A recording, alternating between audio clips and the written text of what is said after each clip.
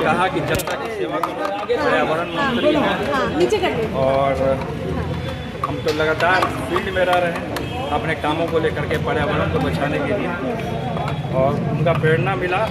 अब मैं सपने में वृंदावन जा रहा था। अच्छा। तो वृंदावन के रास्ते में नेताजी सफाई गांव पड़ा। अच्छा। तो मैं सोचा कि एक बार घूम लेता हूँ। अच्छा। और वहाँ हमारा रिलेशन भी है।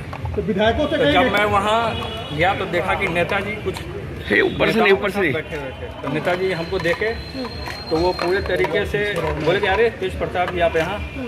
तो उसके बाद वो हमको लेकर के बोले कि हम उनको बोले कि हम पूरा गांव आपका घूमना चाहते हैं। तो उन्होंने हम बोले कि साइकिल पे घूमना चाहते हैं। तो उन्होंने तुरंत साइकिल मंगाया, दो वो चला रहे थे और मैं चला रहा था साथ में। और उसके बाद मैं निकला वहाँ से। निकलने के बाद कुछ दूर तक मैं गया तो वहाँ पे नेताजी थे और किसी औरत से नेताजी बात कर रहे थे, कोई गांव की। तो उन्होंने अपना समस्या कुछ बताया होगा नेताजी। तो फिर नेताजी से उन्होंने पूछा, जो महिला थी, ये कौन है आपके साथ? तो नेताजी ने कहा कि ये तेज प्रताप जी हैं, बिहार से हैं। और उसके बाद उन्होंने पूरा एक वहाँ शादी का फंक्शन था तो उन्होंने अटेंड किया और हमने भी अटेंड किया उनके साथ साथ। तो वहाँ भी उनको देख के अचानक से साइकिल के साथ लोगों ने चौंक गए सारे लोग, बिहार के लोग।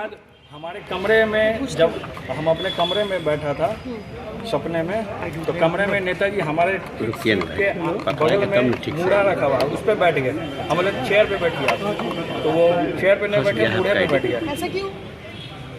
अब उनका सादगी, तो वो बैठे वहाँ। उसके बाद मैं भी वहाँ ज़मीन पे बैठ गया। फिर नेताजी से पॉलिटिकल भी बातें हुई।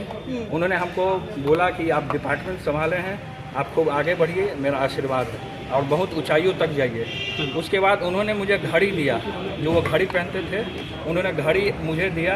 और घड़ी देने के बाद जब मैं घड़ी लिया तो मैं भावुक हो गया, उनके चरणों को मैं आशीर्वाद लिया तो मैं रोने लगा। तो नेताजी भी मेरे साथ रोने लगे।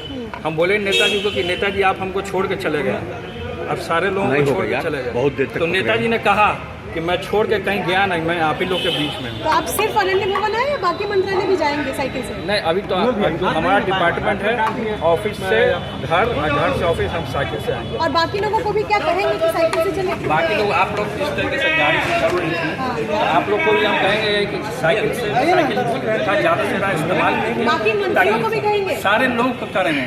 सारे लोगों को हम कहेंगे, जो भी मनुष्य है, जो भी मानव है, सारे लोगों को हम कहेंगे कि आप लोग साइकिल से चलिए और पर्यावरण जो है उसको बचाइए और ज़्यादा से ज़्यादा पेड़ लगाइए। महागठबंधन की सरकार है और नीतीश कुमार जी के नेतृत्व में चल रही है।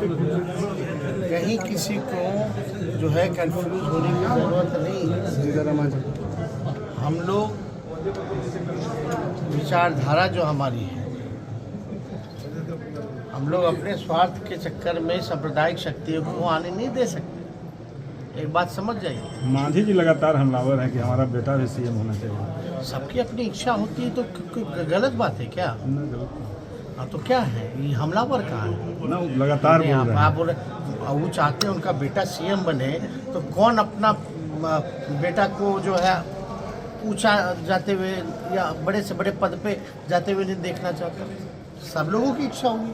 आप नहीं चाहते आपका बेटा आपसे ज़्यादा नाम करे, तो सबकी इच्छा होती है भाई, इसमें कौन सी बड़ी बात है सर? तो इसलिए हम ये कह रहे हैं कि हम लोगों को, हम पहले ही बता दे रहे हैं, हमको कोई हड़बड़ी नहीं है।